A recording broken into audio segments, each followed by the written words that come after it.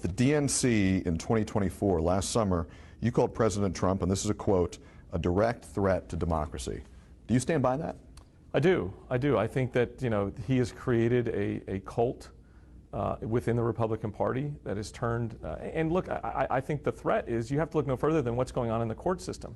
Every minute of every day there's a new court challenge to either a state or federal court system that's challenging something or some rogue decision he's made, some executive order that he signed, some sort of pressure test to democracy. And so far, the courts have seemed to stand up. But I think there's just such a better direction for our country. I think there's a better direction for Georgia. My opinion is this guy, Donald Trump, does not have the best interest of anybody in mind except for himself. It's a Ponzi scheme of propaganda.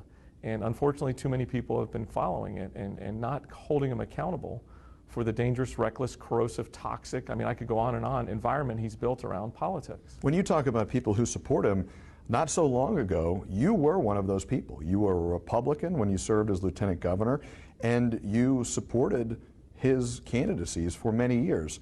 What made you change? Yeah, it was a process for me. I was behind the curtain. I watched how the decisions were being made. I watched how the legislature reacted to his heavy hand. I think the initial turning point for me was really around watching this hate crimes legislation that I was proud to be so supportive of.